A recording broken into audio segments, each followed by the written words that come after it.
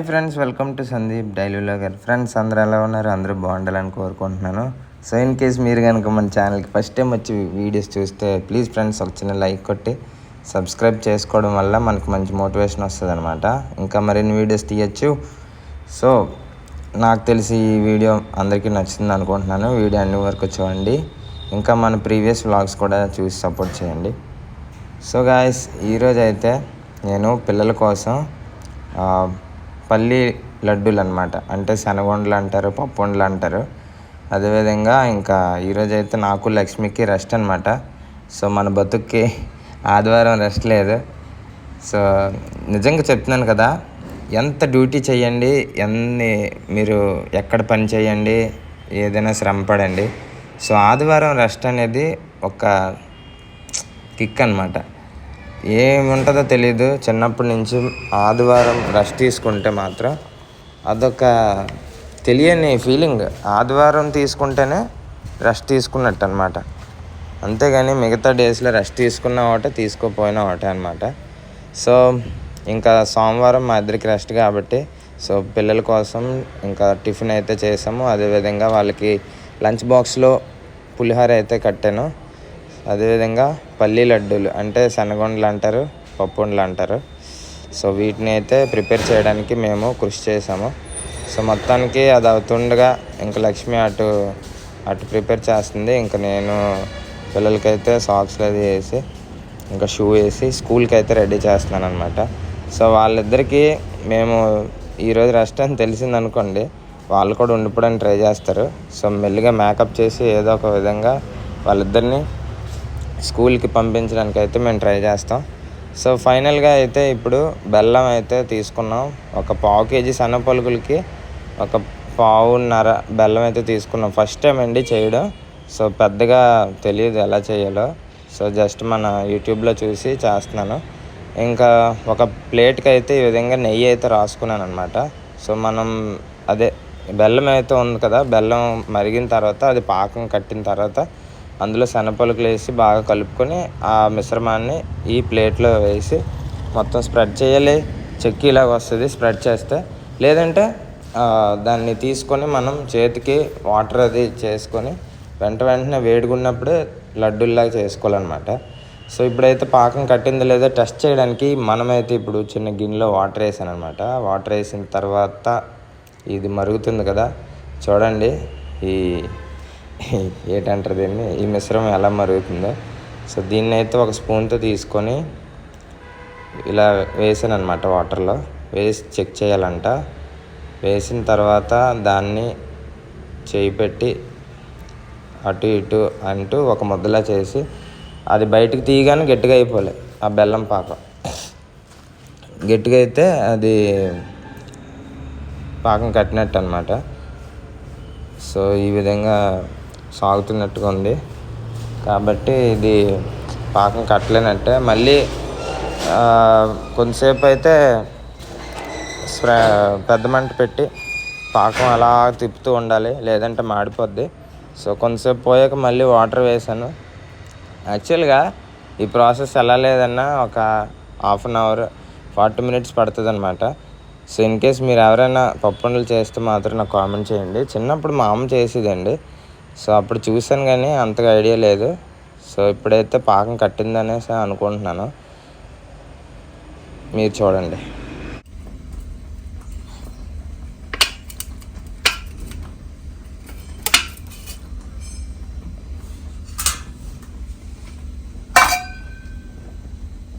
దూరం కట్టుకుంటే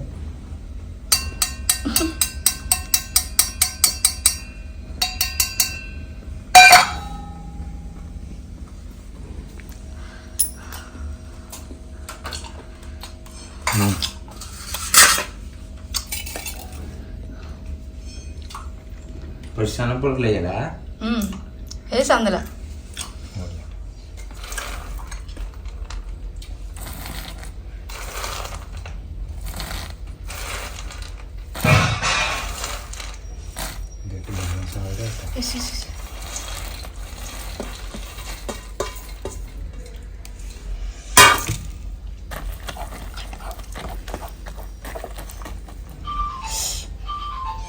పట్టుకోలేదా?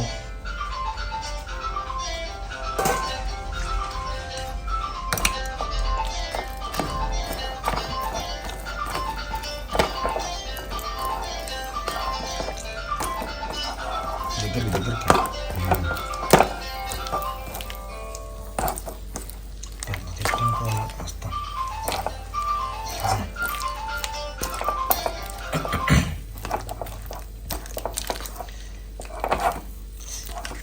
పెద్దది ఎట్టనిపించే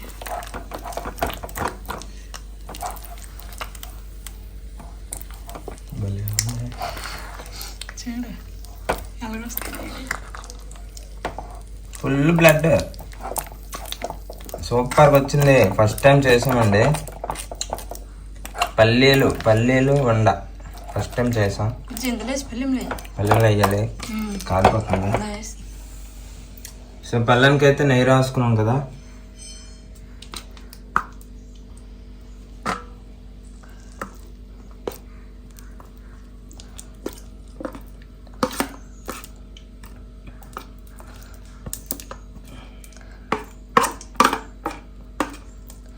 బా సూపర్ భలే ఉంది అసలు. ఫస్ట్ టైం చేస్తున్నాను, వేరే లెవెల్ ఫీలింగ్.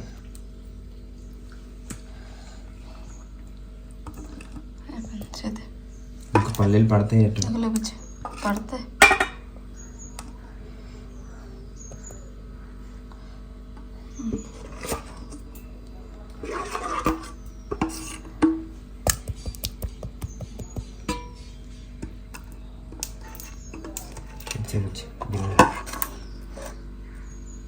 చూడండి ఎలా సాగుతుందో. సూపర్.